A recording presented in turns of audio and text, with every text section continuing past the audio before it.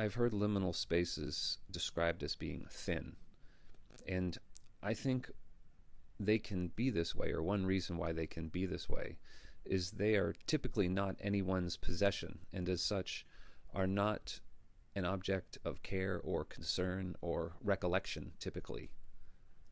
They don't live so much in the mind space as the real space. That is, they are only projected typically into the astral through the senses and not recalled as memory. And if they are recalled as memory, it's of a certain type. There are things that happen in transitional spaces that can be extreme. But as non-personal spaces, there aren't a bunch of corresponding imaginings of them floating around in people's heads, or rather the astral. Consider how, when you're in an old house, how many people might be out there who consider that spot you're standing in sacred by virtue of it being the venue for their childhood. When people pass through a liminal space, they're not getting attached to it, not trying to exert the magic of mine over things there, the possessiveness. They're just passing through. These places that don't exist much in people's minds, they are a kind of refuge for reality. They're a quiet spot. Thin spots are not farther from reality, but rather closer to how it's perceived in the absolute non-relative way. But some liminal spaces are the venue for extreme events, such as hospitals and occasionally airports. When you stand in those spaces, you stand in places that exist in other people's memories as places of trauma.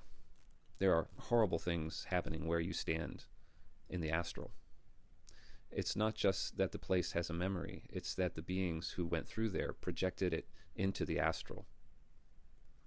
Funny enough, the commenter who asked me to talk about dreams, in responding to that video, in a comment alluded to the idea of the personal astral bubble being able to cross over with those of others. And I think this fits with the aforementioned statement of bumping into one of those bubbles in a place where memories are held by those who have passed through them.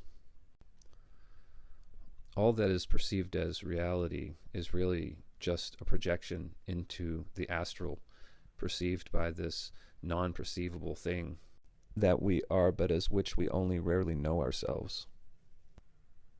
Who's to say that dream data couldn't bump into your sense data, since both are being viewed from the same dreamer's perspective?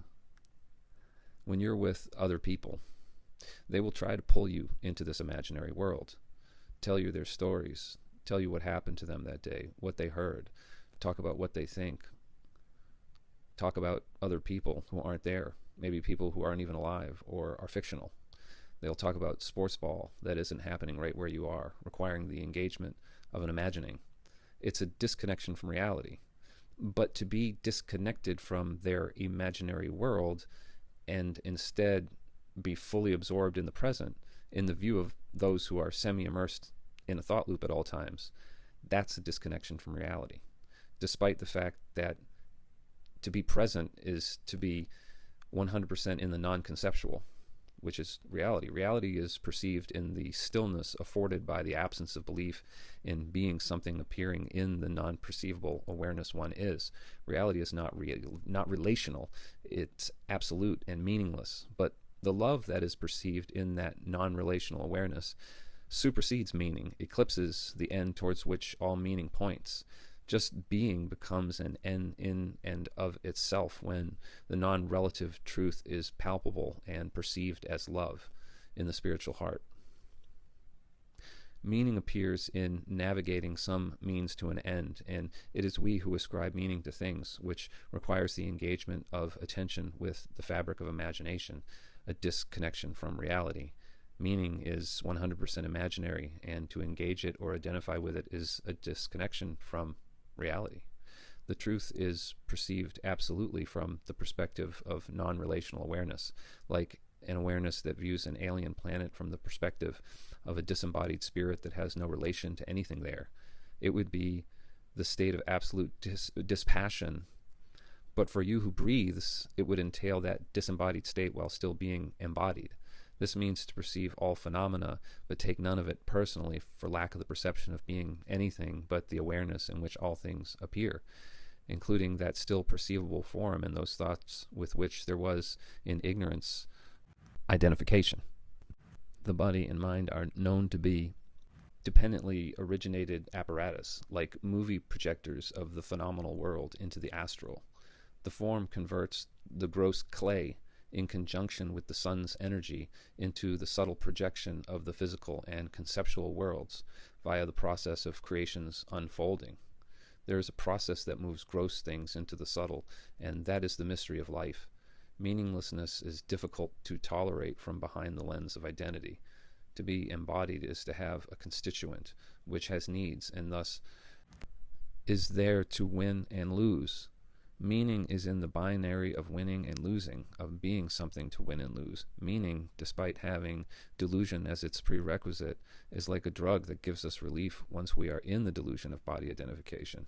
Body identification is a fearful condition, and meaning gives us assurance, gives us the confidence to be present in the faith that things are happening for a reason. But when all the connections are severed, when everything is broken, and there seems to be no future or past due to the destruction of all that went before, to be the embodied witness of that is the stuff of cosmic horror. But I'm telling you that despite there being bad outcomes from spiritual awakening and spiritual practice, there is a natural state that can appear in the absence of body identification that is not some kind of dissociation or insanity. I suppose it requires the hardware to hold up for the body to remain intact, because there are such people who Meher Baba called masts. To look at them would be to see someone who is not responding to what's going on due to some seemingly physiological reason. It's like the mind all got erased and there wasn't enough left there to do anything with it. But if the form holds up and can handle the energy, it's possible to die unto the identification with thought and form and still be able to chop wood and carry water. That's all for now.